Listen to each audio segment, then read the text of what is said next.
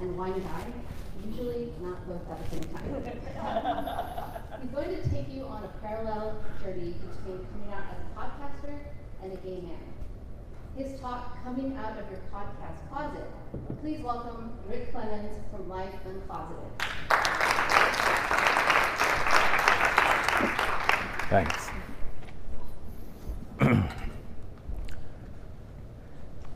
In 1999, after 36 years of lying, cheating, hiding and pretending, and living a dual life, I finally did it. I came out of the closet as a liberal Democrat and a gay man, because you can't not be a gay man and not be a liberal Democrat. And in that moment, if somebody had told me that this was going to be the beginning of me coming out of closets in my life over and over and over again, I would have said, you are crazy. Because you see, here's something I've learned in the last 20 years since I came out, that every one of us in this room has closets. Doesn't matter what you do. As a podcaster, we'll say it's got to be the perfect show. We've got to have the right music. We've got to get the right guests. We have to have all this stuff worked out. But then we retreat back. I can't do it yet. It's not quite right. And what I discovered was when I decided in 2015 to start my podcast, that I was right back where I began. Because see, on the coming out journey, the first place you start is confusion. And I didn't remember ever being that confused in my life before. And then this little bitty voice in my head said, girl, don't you remember when we was in London and you were standing out there in front of that door, you saw that gay bar and you're like, I'm going in. No, I'm not. You're going in, girl. No, I'm not. That's how confused you were, and you were just as confused when you started that damn podcast. And that was true because I didn't know I was supposed to be doing this. It was the same stuff I'd faced as a gay man. It's like, is this really me? Is this what I'm supposed to be, or is this just a passing phase? Because everybody thinks gay is a passing phase, and I'm here to tell you it ain't no passing phase. It's 55 years going strong now. But then as I started to figure this out, I thought, oh yeah, this confusion thing, what do I need to do? And the thing I had to do was get curious. Girl, that's what I always say. You got to get curious, because you get curious and you kill the cat and you kill the confusion too, sugar pie. Well, she's right. Because you see, once I started getting curious, I started asking questions like, can I be a podcaster? Should I be a podcaster? And will I be a podcaster? Oh, no, child. Those are not the questions you ask, and you know it. Now, don't make me come out there and hurt you. Okay, she's right, because those are black and white questions. But what I've learned along this journey is you got to add color. Lots and lots of color to the questions that you're going to do, because here's the thing. If you ask the right questions like, what am I going to do as a podcaster that will have impact on people's lives? Or as a gay man, if I come out of the closet, how is this going to make me a better person? The same thing happens if I come out of the closet as a podcaster. How will I be better? How will I do more things in my life? Because when you get curious, you start to learn. You start to grow, and you start to have impact. But even as I started asking all those questions, doing all those little question, answer, I realized there was one other thing that was starting to happen. I did not have courage. For all those years that I hung out in the closet, my courage was in there hiding too, because I didn't have the courage to be myself. And even as I started my podcast, I realized I didn't have courage. Oh, child, seriously? You have more courage than anybody I know on the planet. In fact, you got that same kind of courage as Kim Kardashian does to squeeze her big old booty and those big old titties into all those outfits that she wears. And you got just that kind of courage. In fact, you know what? What about that time, girl? What about that time when you were, that little water incident where you learned everything you needed to learn about courage? You know she's right.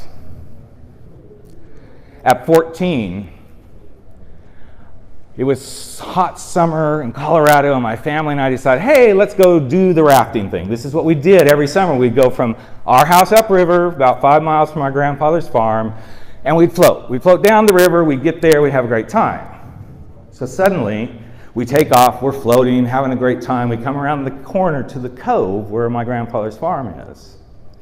And as we start to pull in around that corner, we see this whole flock of Canadian geese.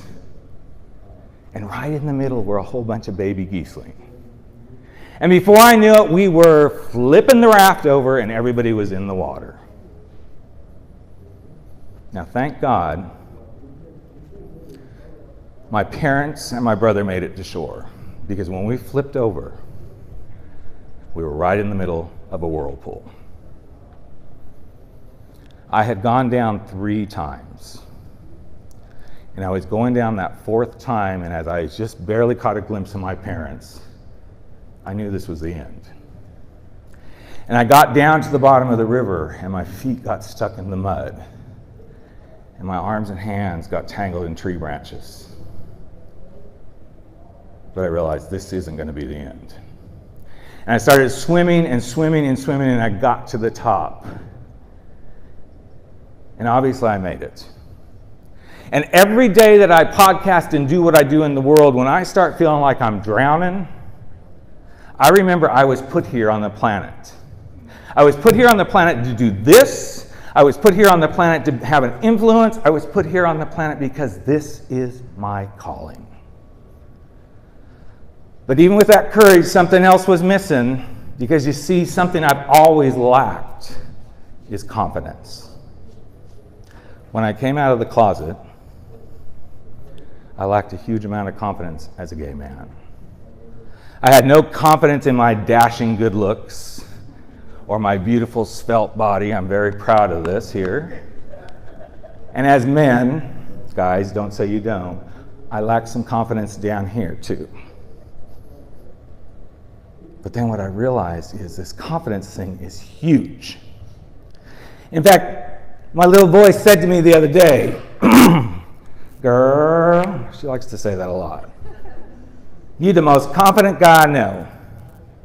In fact, do you remember what happened in London after you went in that gay bar? Tell this crowd what that was all about. And you know she's right. I walked in that bar scared to death. It was the first time I've ever gone in a gay bar by myself. And I walked in and I met the most handsome guy you can imagine. He was a mixture of Hugh Grant, Hugh Jackman, and Ryan Reynolds. She's nodding her head. She knows exactly what I'm talking about. And so then we went out.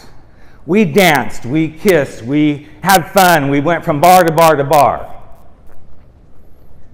And the next thing I knew, we were doing the walk. I didn't need Tinder, I didn't need swipe right, swipe left. We were going to hook up. I knew how to do that. But that night was different. You see, that was the night that there was no sex. I fell in love, and I fell apart. 2 days later, I got on a plane. I flew from London to LAX. I landed at LAX, and because of the confidence I had from what happened in London, I picked up the phone, I called my wife, and I said, I'm home, and we need to talk. Because of the confidence I had, I kept driving right down the 405 freeway. And instead of being a coward and turning the wheel in front of a semi-truck and killing myself so that nobody would know my secret, I kept going. And when I got home, I opened that door, my hand shaking, going, you're really going to do this, man, aren't you? And I did. I walked in and I said, honey, I love you, but frankly, my dear, I'm gay. I had the confidence to put it all on the line. To lose my kids, to lose my job, and to live without a home. But because of that confidence, when it came time for me to be a podcaster, I knew I was going to push the envelope, and I was going to talk about the taboo subject of coming out late in life, to talk about gay sex, to talk about what it means to come out of the closet. I was going to live my raw, real truth, and I was going to help other people step bravely into the truth of who they are. And so for all you podcasters out here today, I want you to think about what is the thing you need to do that scares the crap out of you. What is the raw, real truth that you need to dip into to do exactly what you're meant to do? Because once you get the confidence, the other step you got to take is to be committed. And one thing I knew when I came out of that closet was there's no turning back. I'm going. Because I was committed, even if I didn't know what I was doing. And trust me, I did not know what I was doing when it came to dating men. You know what I mean, girlfriend? You know what I mean, girlfriend? You know what I mean, handsome over there in the jacket? Probably not, but we'll go talk about that later. But the truth is this, I had to commit to doing all this. In fact, when I realized I didn't know how to date men, I went back in the closet. I know it sounds really weird, but I did, because here's my theory. What is in your closet is what's going to help you get out of that closet. I knew how to date. I knew how to have a long-term relationship. I knew how to love. I knew how to be intimate. I knew how to care. And then suddenly here I am 3 years ago doing the same thing with this podcast going, okay, Rick, think about this. What's in that closet? You already had a successful radio show. You are a marketing and branding guy. You know how to tell stories, and you know how to make people feel really safe. So I pulled all of that out of my closet. And you're going to find some stuff in your closet as podcasters to pull out and get that show done, to take your show to the next level, to find that guest that you want to find. But you're going to need one more thing. And that thing is to be consistent. Because when you're consistent, then you can do anything. Now, we all know we need to consistently release our shows on a certain schedule. We need to have a consistent brand. We need to have a consistent sound quality, good marketing, blah, blah, blah, blah, blah, blah, blah. I don't mean blah, blah, blah in a negative way. You need every bit of that. But I believe you need two other things. One, you need to consistently show up as you. Never falter there. Number two, you need to consistently listen to your intuition. For the past few minutes, you've heard me up here on stage talking, and every so often this little bitty voice pops in. Well, that little voice, that's my inner guide. That's my inner counselor. That's my intuition. And that's also my big black diva within. And her name is Lemonade Pop. And I'm going to let Lemonade take over for the rest of this talk, because she deserves to have the stage right now. Because you know what? Here's the deal, folks. I've known little Ricky since he came onto the planet. And through all of his life, I have shown little Ricky these things. That you're going to be confused, child. And when you get confused, then what you're going to have to do is you're going to have to get curious. Because when you get curious, good looking, you're going to figure out how to have the courage to stand up and do what you're being called to do. And when you have courage, then you can walk over here and you can stand confidently and start to do those things that you never thought you were going to do. But then the other thing you're going to be doing is you're going to take that confidence and you're going to walk over here and you're going to be fully committed. And when you get committed, you're going to be consistent. But you want to know something else I taught little Ricky? It's this one thing. The truth of who you are is far, far, far, far, far, far, far more important than the false truth of who you is pretending to be, sugar. whether that be in life or in podcasting. But the last thing I've taught little Ricky is all about truly showing up and doing it right. And the way you do it right is when you get done with your podcast, you get done talking on stage, you always make sure you end it with a snap and a sachet. All right. Thank you.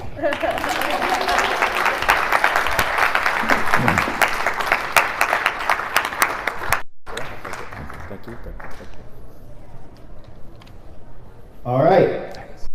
So our next speaker, Lori Ricino, I just right here. I wanted my author of